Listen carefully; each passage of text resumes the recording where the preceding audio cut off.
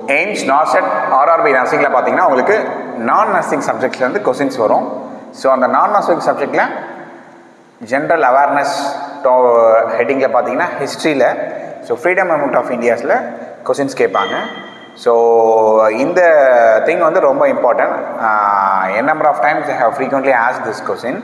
So என்னன்றது பார்க்கலாம். So freedom movements of India, நம்முடைய சுதந்திர போராட்டத்தில் இந்த 3 movements are very important. First of all how to remember திஸ்னா ஷார்ட்கட் ஞாபகம் வச்சுங்க. NCQ, N ஃபார் நான் cooperation moment, C for civil disobedience moment, Q for quit India moment. So இந்த moments ஓகேங்களா எந்த இயரில் நடந்து, இதனுடைய கோல் என்ன, இதை யாரை ஹெட் பண்ணாங்க அப்படின்னு கேட்பாங்க. ஸோ ஃபஸ்ட் பார்த்தீங்கன்னா நான் கோஆப்ரேஷன் மூமெண்ட் இயர் பார்த்தீங்கன்னா 1920 to 22. இதனுடைய கோல் என்ன, சுவராஜ் விச் மீன்ஸ் சுயராஜ்யம், செல்ஃப் ரூல்.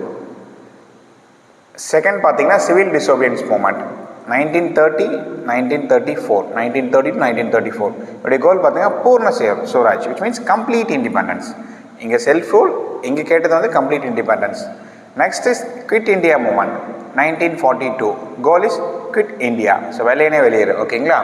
ஸோ இந்த 3 மூமெண்ட்ஸுமே யார் ஸ்பியர் ஹெட் பண்ணதுன்னா whole 3 movements are spearheaded by Gandhiji.